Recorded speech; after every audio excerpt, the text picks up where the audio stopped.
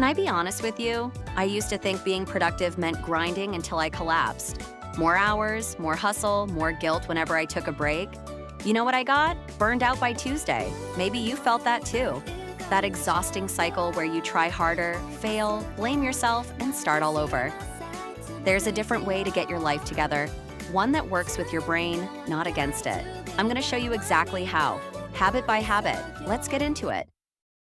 Nobody tells you this. You can hustle yourself into the ground and still feel like you're getting nowhere. I've seen people burn out trying to squeeze every second from their day. What happens? They end up more lost than when they started. The problem isn't you being lazy.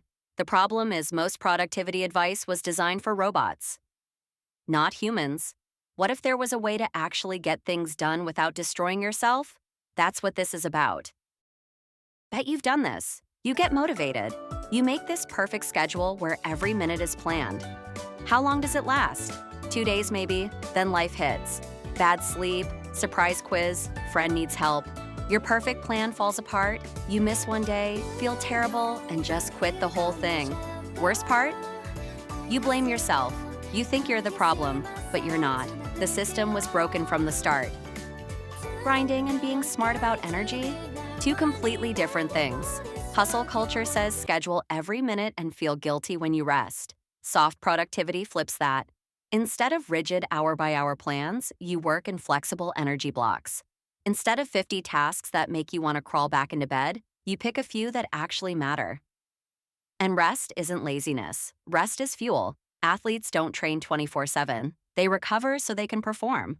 Your brain works exactly the same way. So, what is soft productivity? Not about doing less, common mistake. It's about doing things with intention. Think of mental energy like a phone battery. You've got limited charge each day. Traditional advice says drain that battery fast on as many things as possible. Soft productivity says protect it. Spend it only on what genuinely matters. The goal? Having enough left to actually enjoy your life, not just survive it. Check this out, the 80-20 rule. 20% of what you do creates 80% of your results. That means most of your effort? Basically noise. You could spend 3 hours color-coding flashcards, making them look pretty. Or 1 hour actually studying the hard problems. Which one moves the needle? The trick is figuring out your 20%, the few things that actually make a difference. Focus there. Let the rest go. This might surprise you.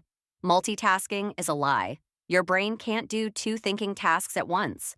It switches between them, and every switch costs you energy. 1 hour of completely uninterrupted work, phone off, no tabs, no messages. That 1 hour equals about 3 hours of distracted studying. 3 hours. Think about the time you'd get back. The trick isn't working longer, it's protecting your attention like it's the most valuable thing you own, because it is. Simple but powerful. When a small task pops up, ask yourself one thing. Can I finish this in 2 minutes? If yes, do it now. Send that email, put away the laundry, print that paper. Done. Why? Because tiny undone tasks pile up in your brain like browser tabs you forgot to close. They drain energy even when you're not thinking about them. But if something takes longer than 2 minutes, schedule it. Don't let quick wins steal focus from your real work. Ever notice how tiring it is jumping between totally different tasks? Math, then texting, then English reading, then back to math. Your brain burns serious energy every gear shift. Like stopping and starting your car at every intersection instead of cruising smooth. The fix? Batching. Group similar tasks together. Do all your math at once. Take a real break, then knock out all your reading.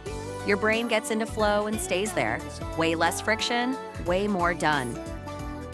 Forget those ridiculous morning routines you see online. You don't need to wake up at 5 a.m., take a cold shower, meditate for an hour, and journal before the sun rises. That works for some people, sure. But for most of us, just another way to feel like a failure. What actually helps? 20 minutes of calm before your day gets chaotic. Drink something warm, stretch a little, breathe. That's it.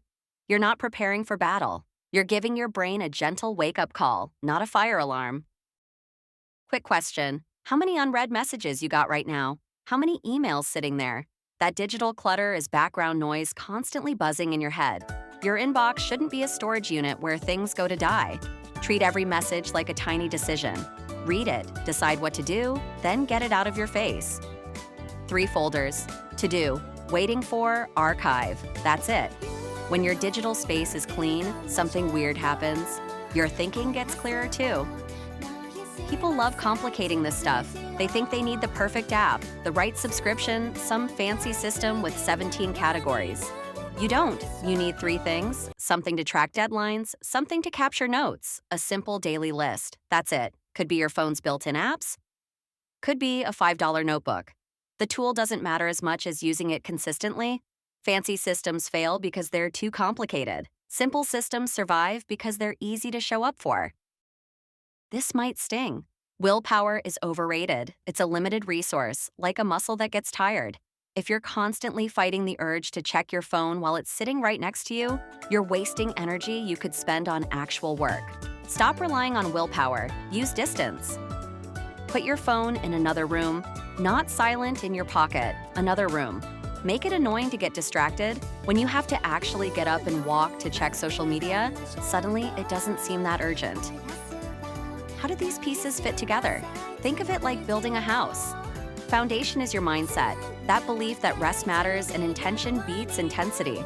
The pillars are those 5 habits: 80-20 focus, deep work, the 2-minute rule, batching, and calm mornings. But most people miss this part. You need a fence around that house, physical boundaries and intentional friction to keep distractions out. Habits alone aren't enough. You need to protect them. That's what makes this a system, not just random tips. This one's counterintuitive. You need to schedule time for doing nothing, not scrolling, not watching something. Actually nothing. Those empty blocks, they're shock absorbers for when life messes with your plans. And they're mandatory recovery for your brain. Studies show your brain processes and locks in learning during rest. So, when you feel guilty about gaps in your schedule, remember, you're not being lazy, you're being smart.